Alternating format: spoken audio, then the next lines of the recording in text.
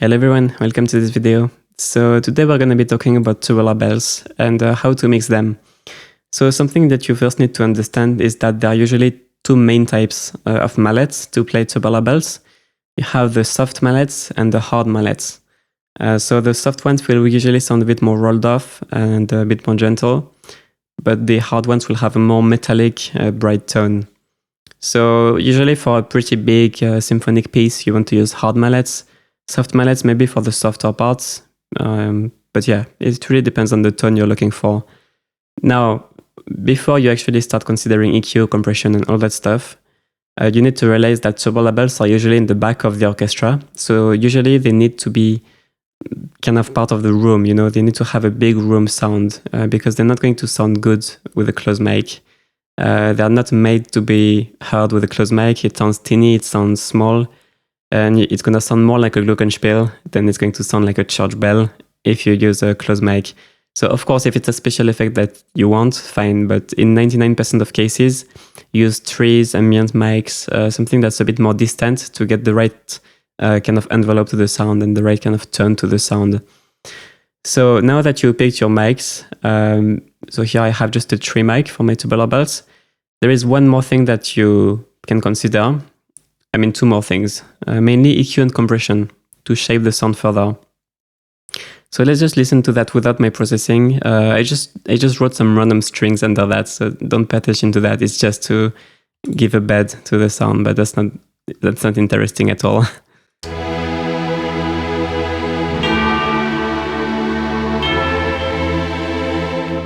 Okay, so this is just the tubular bells with a bit of reverb. If I remove it.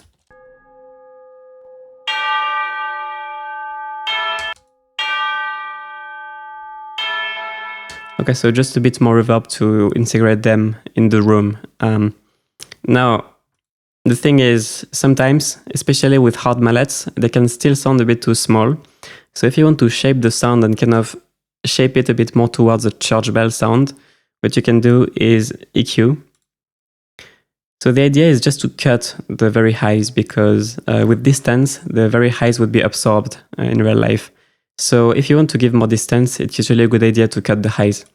And also you can remove a bit of the harsh area here, which is very common on tubular bells, and boost a bit more of the low harmonics. That gives a bit more depth. So let's listen to what this does.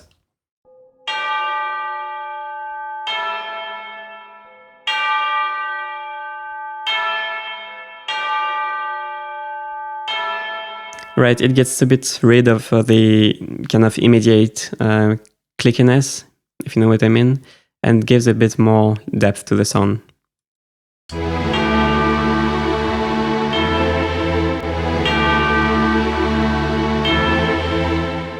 Now, if you want to push it even further, I mean, it could be tempting to just add more reverb until you get the feel that you want. But the problem is that if you add too much reverb, then you end up with something that sounds a bit muddy and too resonant in the low mids and the mids, and it's usually not the best way. So if you want to shape the sound further, I highly recommend multiband compression. And what this can do is address the kind of high transient of the sound. Because what you need to understand is that very much like other drum sounds, tubular bells have the same characteristics, meaning that they have a sharper, faster transient in the high frequencies, and the sound stays around longer and the dynamics are flatter in the lower frequencies. It's very easy to see. Just look at how it looks like in the spectrum here.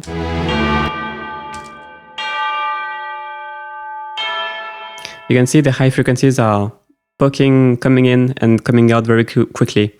And the lower harmonics, they kind of come and stay much longer and they don't really poke out and in and out, right?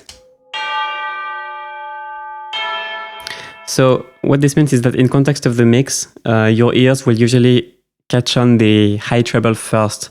So what makes the tubular bell sound teeny is the high attack. It's just a natural physics phenomenon of drums in general, including tubular bells.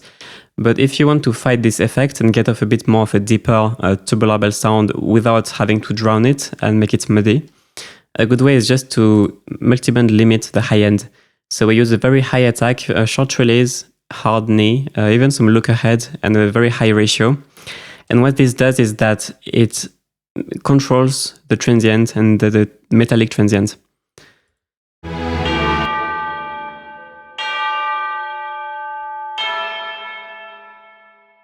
And let's try to do more of it, just to see.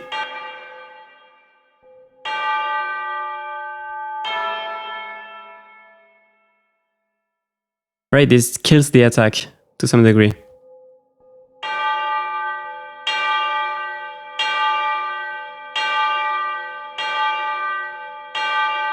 So now, in the context of the mix, it will blend and make it, push it even more in the back.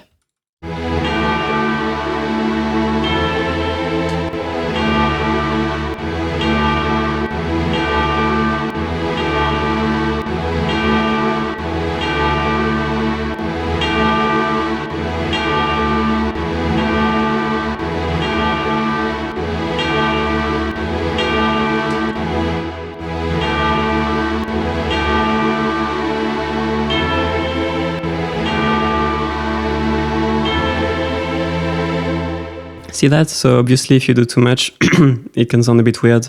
But 3 to 6 dB can be a good blend. So of course, depending on your mic mix and your library and the room, you might have to do more or less of that. So it depends how much the mic captures some of this high transient. But yeah, hopefully this technique helps you shape your tubular bells the way you want and get them poking through the mix the way you want. Because yeah, keep in mind that in context of the mix, the high transient stuff always pokes first. So you might have to, it might sound fine in solo and it might feel big in solo, but in context it would feel smaller. So if I make it really quiet as well.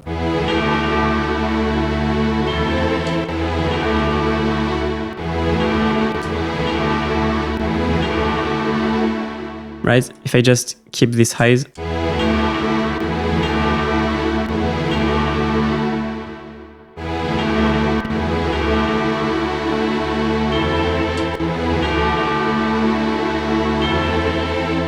Yeah, see how just this little processing, just this little processing can push it 20 meters further. So yeah, this way you can really adjust the distance feel. So I hope this helped, guys, and I will see you later. Cheers.